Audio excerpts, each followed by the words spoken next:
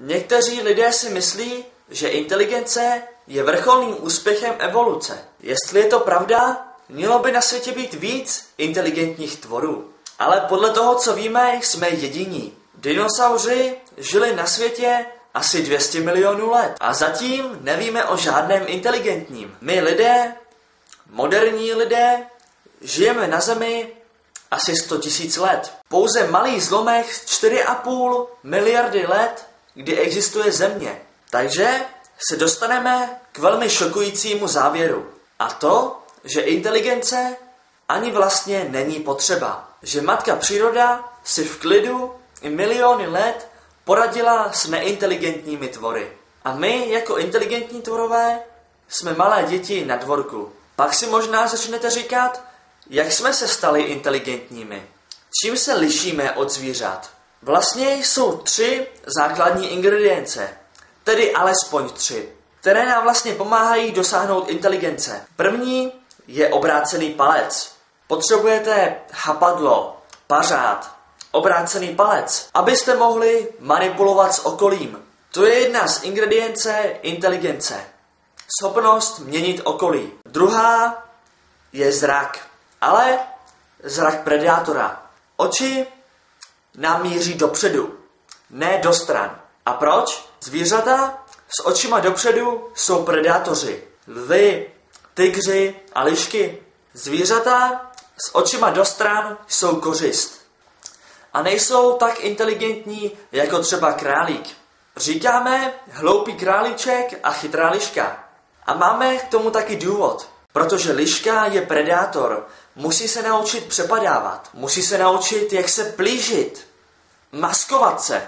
Musí psychicky zničit nepřítele a předvídat každý jeho pohyb. Když jsi hloupý králíček, jediné, co musíš udělat, je utíkat. Třetí ingredience je jazyk.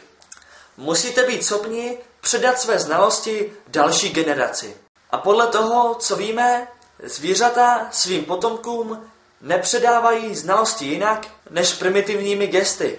Nemají knihy, nemají jazyk, nemají žádnou kulturu, díky které by předávali znalosti dál. Myslíme, že takto se mozek vyvinul. Máme obrácený palec, máme jazyk s 5 až 10 000 slovy a máme zrak. Stereoskopický zrak, což je zrak predátora. A predátor se zdá být chytřejší než kořist. Pak si položíte další otázku. Kolik zvířat na Zemi splňuje tyto 3 základní ingredience? Dostanete se k šokujícímu závěru, že skoro žádné. Možná tady existuje důvod, proč jsme se stali inteligentními a zvířata ne. Zkrátka neměli základní ingredience, které by jim pomohly stát se inteligentními. Další otázka, položená třeba v Planetě opic anebo dalších sci-fi filmech. Můžeme vyzdvihnout inteligenci? Můžeme udělat opici inteligentní? No, věřte nebo ne, odpověď je možná ano. Z 98,5% máme stejné DNA jako šimpanzi. Jenom hrstka genů nás odděluje od šimpanzů. A přesto žijeme 2krát déle. Máme tisíce slov v našem slovníku. Šimpanz jich má pár stovek. A dokázali jsme izolovat několik genů, které nás od šimpanzů odlišují. Například ASP gen, který určuje velikost lebky, který určuje velikost a kapacitu lebky. Takže hraním si s jedním genem můžeme doslova zdvojnásobit velikost lebky, zvětšit velikost mozkovny a mozku samotného. Takže v budoucnosti, nyní ne, ale v budoucnosti můžeme používat genovou terapii a začít tím tak přeměnu šimpanze na inteligentního tvora.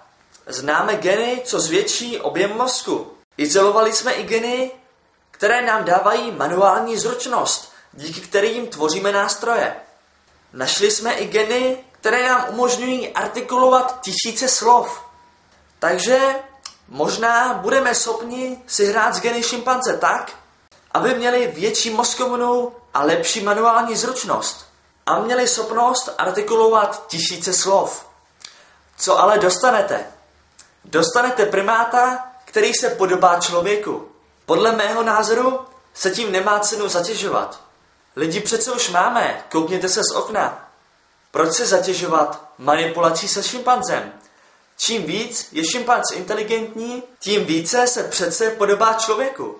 Se slovníkem, s hlasivkami, s mozkovnou, s větší manuální zručností a páteří pro podporu větší mozkovny. Tomu se přece říká člověk.